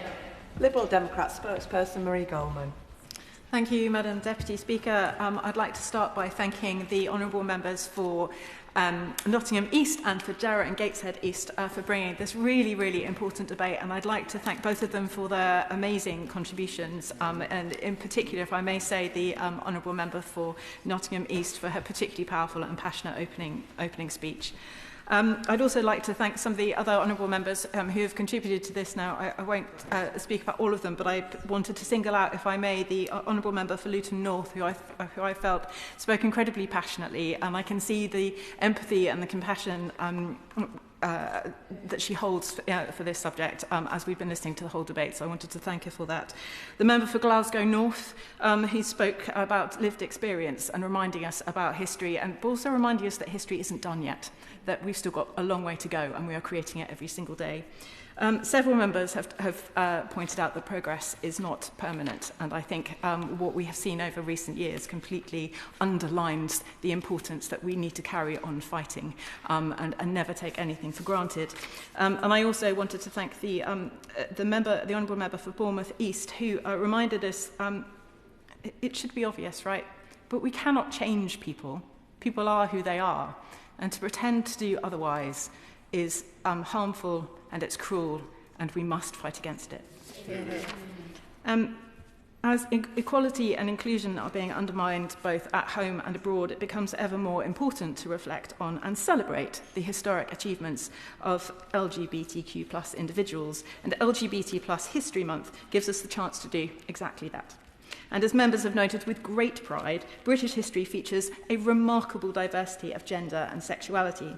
The theme of this year's LGBT+ History Month, Science and Innovation, encourages us to celebrate the many contributions of LGBTQ+ people in shaping the modern world. From the infamous computer scientist Alan Turing, who changed technology literally forever, to John Maynard Keynes's enormous contribution to economic thought. To those closer to home, like Barbara Burford, recognise this LGBT+ History Month for her innovation in public service and healthcare leadership. As a medical researcher, writer and equality champion, her work helped shape the NHS's approach to diversity and inclusion, showing that genuine innovation also emerges through systems, policies and organisational culture. LGBT+ History Month also reminds us of the historical harms inflicted on the community through the medicalisation and pathologisation of their identities. I also want to take the opportunity to highlight that this month coincides with Football versus Homophobia Month, originally established by the Justin Foundation to tackle anti-LGBTQ+ discrimination in football in memory of the UK's first out professional footballer, Justin Fashanu. The month remembers and celebrates those who have been trailblazers in the beautiful game, whilst encouraging fans and clubs to share the football for everyone message and reaffirm their commitment to create safe and welcoming spaces in which LGBTQ+ people can flourish. It is only in the past 30 years, owing to the tireless advocacy of LGBTQ+ individuals and campaign groups, that we have come to recognise and correct these injustices. And it is by acknowledging this history that we can build ethical medical practice and inclusive institutions for the future. I'm proud to say that my party, the Liberal Democrats, have a long legacy of leading the fight for LGBTQ+ equality.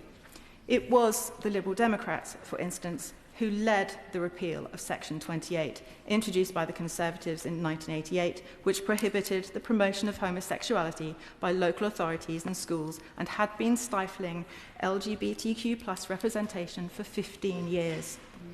The Liberal Democrats were also instrumental in securing the legislation of same-sex marriage during the coalition government. We designed the Alan Turing Law as part of the 2017 Policing and Crime Act, which granted posthumous pardons for more than 49,000 men convicted of gross indecency. And it is the Liberal Democrats who continue to push, agreed cross-party, for an immediate, full and inclusive ban on conversion therapy, covering both sexual orientation and gender identity, without loopholes. We have always been a champion of LGBTQ+ equality, and it's one of the many reasons why I am proud to be in this party. This was again brought home to me last year during the Essex Pride Parade through the High Street in my Chelmsford constituency. It was an honour, as I had done in previous years, to be at the front of the parade carrying one of the rather large balloon sculptures that formed the words Essex Pride, and to be part of such a joyful celebration of human diversity and of the advances made towards LGBTQ+ inclusion. Yet despite past progress towards LGBTQ+ equality in Britain, the community still experiences discrimination and harassment on a daily basis, and there's evidence it's getting worse. As the member for Nottingham East highlighted, with divisive extremist rhetoric on the rise, we are slipping backwards in this country. In 2025, the UK fell 6 places to 22nd on ILGA Europe's LGBTQ+ rights ranking. To put that into context, we were number 1 in 2015. As referenced by the member for Luton North, hate crimes have nearly doubled in the past 5 years. Research from Stonewall, conducted by Opinion, found that in 2025, less than half of LGBTQ+ people felt safe holding their partner's hand in public. In the workplace, it's a similar story. Research found that almost 40% of LGBTQ+ employees hide their identity at work. Meanwhile, around 2/3 of trans people experience harassment and violence simply because they were identified as trans. That's appalling. Indeed, it goes without saying, this past year has been a difficult time for the LGBTQ+ community, and an especially worrying and upsetting period for our trans and non-binary friends here in the UK, following last April's Supreme Court ruling. Like many other members, I have received heartbreaking stories from trans and non-binary constituents fearful of even being able to participate in public life. It's simply not acceptable that everyone's rights, trans and non-binary included, appear to be not deserving of the same respect and recognition as everyone else. That's why Liberal Democrats have been clear that the leaked EHRC Code of Practice was deeply flawed, and we have since called for new, inclusive and workable guidance. It should also be subject to full parliamentary scrutiny, including debate and a vote. I will give way. For giving way and for making that point. And when talking about issues about trans rights, it's so important to consider the very real trans people behind statistics and arguments. Last year I met with my constituent Hannah, a trans woman, to discuss her experience of transitioning. She told me about the very real impact the erosion of trans rights would have on her, including the indignity, shame and difficulty it would bring. Yet too often voices like hers are shut out of our conversation at the expense of those who can shout the loudest. So would my honourable friend agree with me that we need to find mechanisms for voices like Hannah's to be given the prominence they rightfully deserve in this conversation so that all our trans constituents can continue to live dignified lives? Goldman. I thank the honourable member for his intervention and for reminding us that this is about people. They're not statistics, they are people whose everyday experiences and everyday lives are being harmed by the decisions that are being made right now and the awful, appalling, divisive rhetoric that is coming from some parts of the community, and in particular from some parts of the political community. We must fight against it, and I thank him very much for reminding us that this is very much about people and their voices absolutely must be heard. So, as we celebrate LGBT+ History Month and reflect on the historical achievements of LGBTQ+ individuals, we must also look forward, challenge prejudice wherever it appears, and recognise our responsibility as members of Parliament to continue to push for LGBTQ+ equality. Yeah. Shadow Minister. Thank you, Madam Deputy Speaker, and it's always a pleasure to speak on behalf of His Majesty's loyal opposition, and I particularly welcome the debate, with it being LGBT History Month, on this year's important theme, which was highlighted by many people this afternoon, around science and innovation. These sectors are absolutely vital to our economy and to all our well-being, from technology to business to our environment and crucially our healthcare. Today we celebrate all LGBT people past and present who contribute so much, and I too am a proud ally and friend, particularly to my honourable friend from Hamble Valley, of course. And, well, you can't sit here all afternoon and not get mentioned. And in that spirit, I would, of course, like to welcome the opening of the debate from the Honourable Lady from Nottingham East, and her positivity in opening up and highlighting the international situation, which I think is crucially been done this afternoon. And the member for Jarrow and Gateshead East, easy for me to say, she talked about being an out and queer woman, and it was lovely to hear her words once again. And funnily enough, I saw Uncle Frank last night, just to let you know, the former East Grinstead mayor and long-serving Conservative councillor. In the spirit of the debate today and focused around science and innovation, I think it was absolutely right that Alan Turing was mentioned in the debate today, a man who diligently served his country, used his great mind, along with many others, to crack the Enigma code, helping us to win the war. People say his work and those in Bletchley shortened the Second World War by years, saving very many lives. A true war hero. And what was his reward? Well, he was prosecuted for simply being gay. He would be very sadly going on to take his own life, and his death, and that shames our country's history. Today, rightly, of course, he is celebrated on our £50 note. If anyone's seen one of those recently, that's good to know.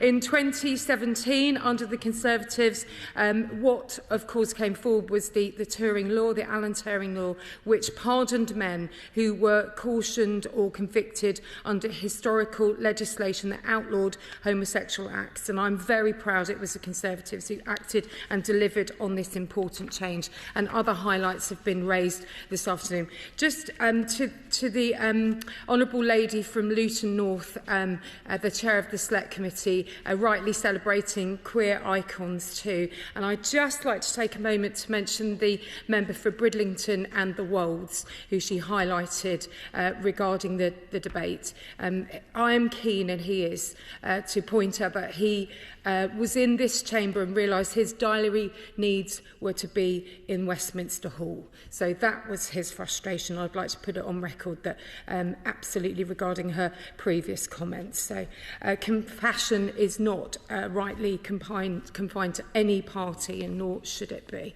Now, the Honourable Lady from Stratford and Bow talked about a full and happy and dignified life for all. And I think that's exactly what we're celebrating this afternoon. And the Honourable Lady for North Warwickshire and Bedworth rightly spoke about equality being an ongoing battle, speaking powerfully, particularly on service people, veterans, our armed forces community. We all have constituents who this matters particularly greatly to, Madam Deputy Speaker, who've served and given so much. So the work of fighting with pride is to be welcomed, and also the highlight from the RBL. Madam Deputy Speaker, football has been mentioned today. Many here, I'm sure, will have been utterly shocked and disgusted to see the German referee, Pascal Kaiser, who was assaulted in his own home just a week after his public proposal to his boyfriend. The day before he was attacked, he received threats and his address was leaked. When we talk about this international situation, it's a terrible reminder of the threats, intimidation and acts of violence that people face in sport and across society society today for being who they are and celebrating who they love. This was a joyous celebration, an act of love and real commitment, and was shortly followed by homophobia and hatred by others.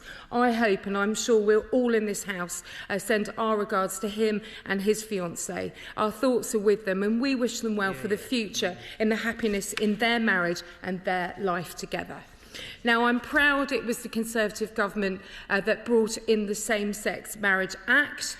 Nothing more Conservative than bringing together family and people to make a solemn promise of love and commitment to each other. And it is us who also want everyone to be true to themselves, to love who they love without the state getting in the way. And we made significant positive impact to the rights and lives of gay men, lesbian women and bisexual people, so that they can take that public commitment in front of their friends and family to show how they love and are committed to each other. And this is something we on this side of the House and all of us should be very proud of. It would be remiss for me to not be at the box and talk about Jed and Elliot's marriage. It is July the 4th this year, an update. It's definitely happening. And one of the best things, we're all going, aren't we? And one of the best things to happen over Christmas for me was to be able to be at the celebration of Brad and Tom's wedding as well. And Madam Deputy, of course. I thank the Honourable Lady for giving way. She's talking about the introduction of same-sex marriage. I want to really emphasise this as a moment of cross-party history. It was Baroness Featherstone for the Liberal Democrats, who was part of a coalition government working with the Conservatives that introduced that legislation, and it was carried overwhelmingly by Labour MPs. So would she recognise that this is an example of cross-party consensus behind LGBT rights, and we should celebrate that? And I'm delighted it was the Conservative Prime Minister that I came in under that drove it through. And it was cross-party. Absolutely. I very much would agree. And I think we're all today, it's not a one-upmanship, it's just celebrating our party, our place, and all of the work that we do where we can. And Madam Deputy Speaker, it brings me on to the fact that I have the joy of headlining and co-DJing the Conservative Party Conference 2025 LGBT closing party. It was the 50-year celebration. People described it as similar to DJing and a Peloton class. It struck me that that event at conference, and of course we also have the Terence Higgins Trust reception, another staple of our party conference calendar, and hearing, of course, at those events from those members of our party, and I'm sure it's happened across many parties, who had previously had to meet in secret because they had to. So looking to today as we celebrate in conference with one of our most popular events, it really shows deep pride and change that we've all seen. Gives me the opportunity to turn to HIV testing. The first one was funded under a Conservative government, and I'm pleased to say I got tested, like I'm sure many people here in Parliament this week. It was quick, it was easy, and it was important to remind people to show their status, that they can get treatment and peace of mind for themselves and their loved ones. And it rightly tackles the stigma which remains. The member for Glasgow North talked about how previously mention of the gay plague and the previous stigma. So I would encourage people to sign up, to get a test online and have it delivered to your door, whether it's in my constituency, East Grinstead, Uckfield and the villages, Sussex or the whole of the United Kingdom. Being rural or being far away from a sexual health clinic should not hold you back from being able to get tested and stay safe. And I do welcome the updated HIV strategy, which of course is building on previous heavy lifting by ourselves. Of course, 2014 legalised self-testing kits for HIV. It was rolled out in 2015, and then of course the PrEP trial in 2017. It gives me an opportunity to point out that women and older people and ethnic minorities, all groups who are more likely to get diagnosed late, please take the test and look after yourself. And may I thank all the charities, campaigning groups, because we all want to say the same thing. Please, indeed, love who you love and make sure that you take advantages of the opportunities that are out there. And one of the key areas as well is to be more ambitious in terms of PrEP usage, to really get to that goal that we are all committed to of ending new HIV cases. Finally, may I say, and I've said this previously, especially to my constituents, and as we head to Valentine's Day, we all need to be clear, no matter what political party you're here for, no matter who you are, where you live, who you love, you should never feel unsafe or worried about who you are.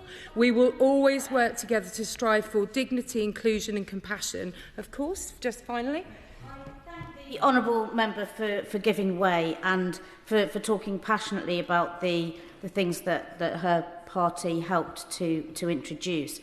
So I would just like to ask her whether her party will be supporting moves to make sure that hate crime against all LGBT people is treated as an aggravated offence when that comes forward in the other place. My understanding is people are already charged and hate crime should be acted on no matter who it happens to. I don't think we should see it in any other way. In fact, it brings me to my final comments, which I hope that she will find helpful. This is no time to step back when it comes to supporting equality and no time for division. Thank you. Minister. Thank you, Madam Deputy Speaker. I'm really proud to be able to contribute to what has been a really important annual tradition, and proud to be able to do so as the Minister for LGBT+ Equality. And I'd like to thank my friends, the Honourable Member for Jarrow and Gateshead East and Nottingham East, for sponsoring this debate this afternoon, and I applaud them both for their tireless work advocating for the LGBT+ community and for their powerful and important speeches this afternoon. This has been a fantastic debate today, packed with pride and heartwarming stories, or in the words of the motto from the LGBT Foundation, who I visited earlier this week in Manchester and promised I'd get on the record, it has been a debate full of queer hope and joy. My friend, the member for Jarrow and Gateshead East, talked about Out North East and the new One Centre in her constituency. I'm very much looking forward to visiting, and indeed to visiting the Osborne room. My friends, the member for Stratford and Bow, for Glasgow North and the cities of London and Westminster, told wonderful stories about LGBT history in their constituency, and also the wonderful LGBT spaces in their constituencies. Although I will say to my friendly member for cities and Westminster, I was asked the other day to reflect on my favourite queer space, and sadly realised that as a firmly middle-aged lesbian with 2 children, my favourite queer space is now my living room. My friend, the member for North Warwickshire and Bedworth, told some wonderful stories in her speech, but in particular remembering the King opening the Armed Forces Memorial, which was a really powerful moment. And my friend, the member for Exeter, made a powerful reminder of the difference that progress has made to his life and the life of his constituents. Thank the Minister for celebrating and for acknowledging many of the contributions that other members have made. And one I wanted to make quickly was Graham and Vinnie from Kings Hall Road in Beckham and Penge hold a Pride Street party every summer, and it gets bigger and bigger every year. They had the London Gay Men's Chorus amongst the entertainment this year and several cardboard cutouts of Kylie Minogue. Well over 1,000 people attended, and as well as a day of fun, I believe it also sends a really powerful and important message of tolerance and inclusion. Would the Minister agree? I absolutely would agree. I thank him for sharing that with us, and I congratulate them for all of their work. But, Madam Deputy Speaker, there has also been a consistent theme in the contributions this afternoon, and that's the stories that many members have told of the fear, the shame and the anxiety being felt by many of their LGBT+ constituents, particularly their trans constituents. The member for Bournemouth East made a powerful speech on the cost of being yourself and the importance of listening to trans young people. The member for Luton North made an important speech about the political weaponisation of our identities, and some saying that families like mine are less stable. And, Madam Deputy Speaker, these stories are painful to hear, And I want to say very, very clearly that I recognise the fear and the anxiety that LGBT plus people are feeling at the moment. I feel it, but this government will always stand with LGBT plus people against the politics of division and hate, and we will protect and extend LGBT plus rights. Madam Deputy Speaker, there were a wide range of other contributions in this afternoon's debate. A number of colleagues mentioned the EHRC guidance and asked for updates on timings, and I will just say the government is considering this very carefully and will bring it forward as soon as we're able to do so. On hate crime, the member for North Warwickshire and Bedworth in particular, who herself has been a powerful campaigner on this issue, talked about the government's proud commitment on this, and I am looking forward to the government equalising the hate crime laws in the House of Lords. On conversion practices, a number of members, including the member for Clapham and Brixton Hill, who gave a powerful speech on the damage that conversion practices do, and let me be clear, they are abuse, and this government will ban them. And on the timelines, I'm working on this legislation with the urgency that everybody in this House expects of me, and will bring it forward as soon as possible. I thank the Minister for giving way. I just wondered whether she would take this opportunity to congratulate the member for Jarrow and Gateshead, who 2 weeks ago took a very delicate and sensitive motion report through the Council of Europe and managed to receive support pretty much across the chamber, with the exception of the hard right. I just wondered whether she, on conversion therapy, on the abuse of conversion practices, and she did it with such sensitivity and skill. I just wondered whether it was an opportunity to thank her for doing that. I'm extremely grateful to him for giving me that opportunity, because I have congratulated my honourable friend and congratulate her again on the record for her important work on this vital topic. My friend, the member for Llanelli, did I do okay there, Nia? I've been in trouble with my pronunciations before. I do apologise. But who I would also just like to take the opportunity to thank for her phenomenal work as my predecessor in this role. But she rightly challenged me to make the most of the IDAHOT conference that we will host next year, and I would like to take that challenge from her and say that we will absolutely commit. And I'll say some more in my speech in a moment. Madam Deputy Speaker, on days like today, I am reminded of the consequence of this place. It was honourable members like us in this very chamber, as we've heard, who decriminalised homosexuality, who scrapped Section 28, and who legalised equal marriage. But it was also here in this chamber where those laws were first made. And for me, that is an important reminder of the fragility of our progress, of the importance of our role.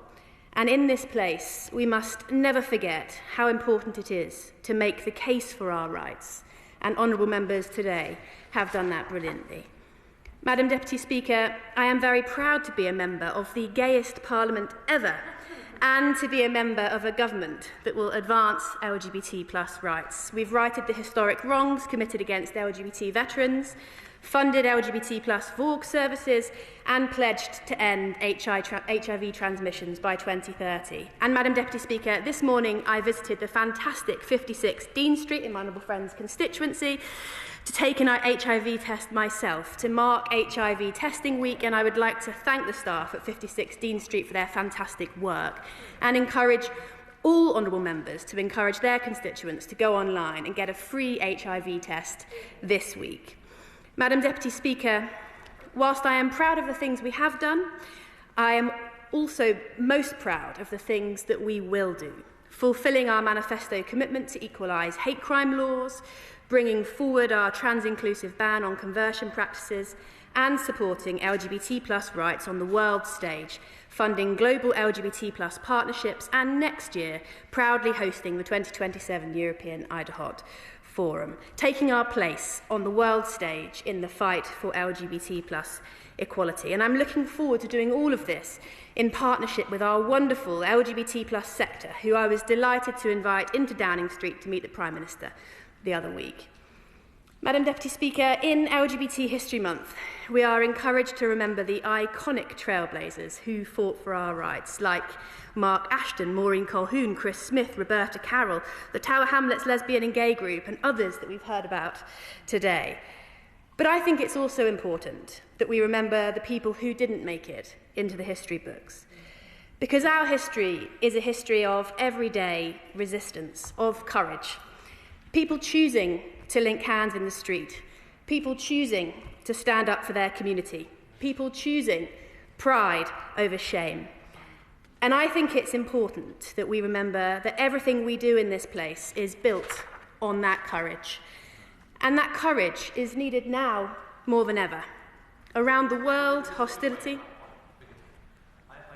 For the Minister giving way, she no doubt will want to pay tribute to the late Lord Etherton and the excellent work that Lord Etherton did in his review in 2023. There were 49 recommendations in that review, and I just wonder what progress the government is making on that. But she will know, and I've, Madam Deputy Speaker, got permission from the Right Honourable Lady for Islington South and Finsbury.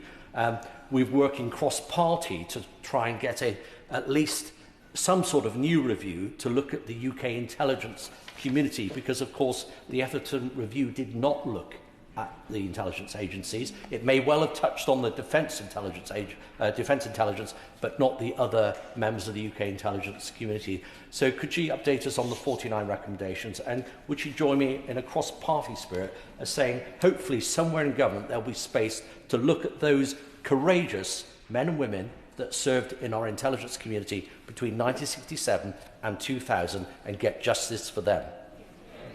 I thank him for that intervention. I do pay tribute to Lord Etherington. I do say that the government is driving forward on all of the recommendations from that review, and I'd be delighted to meet with him on the important points he makes, and of course to work cross-party on this important issue. Madam Deputy Speaker, as I said, that courage is needed now more than ever. Around the world, hostility and violence are rising. Hard-won protections are being rolled back. For the first time in recent years, the number of jurisdictions that criminalise LGBT+ people has risen from 62 to 65 in the past year alone. And in this country, LGBT+ people are facing new and evolving challenges. I've spoken to LGBT+ organisations across the country about the rise of dangerous chemsex, online harassment, mental health concerns, and overwhelmed support services. And in our politics, we are contending with the rise of a populist right which thrives on the politics of division.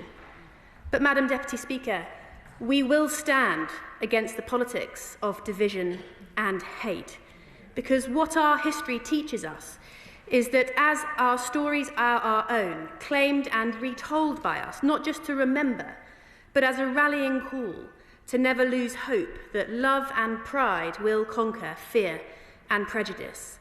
We will honour the courage of those who have come before us and leave this place better for those who come after us. And I will be very proud to work with you all to do it. Yeah. Nadia Whittome to quickly wind up.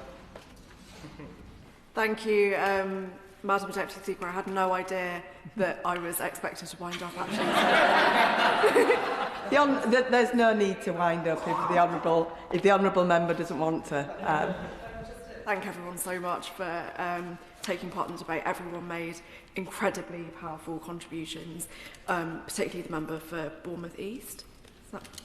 And I hope that the government and indeed everyone heeds his words. Thank you.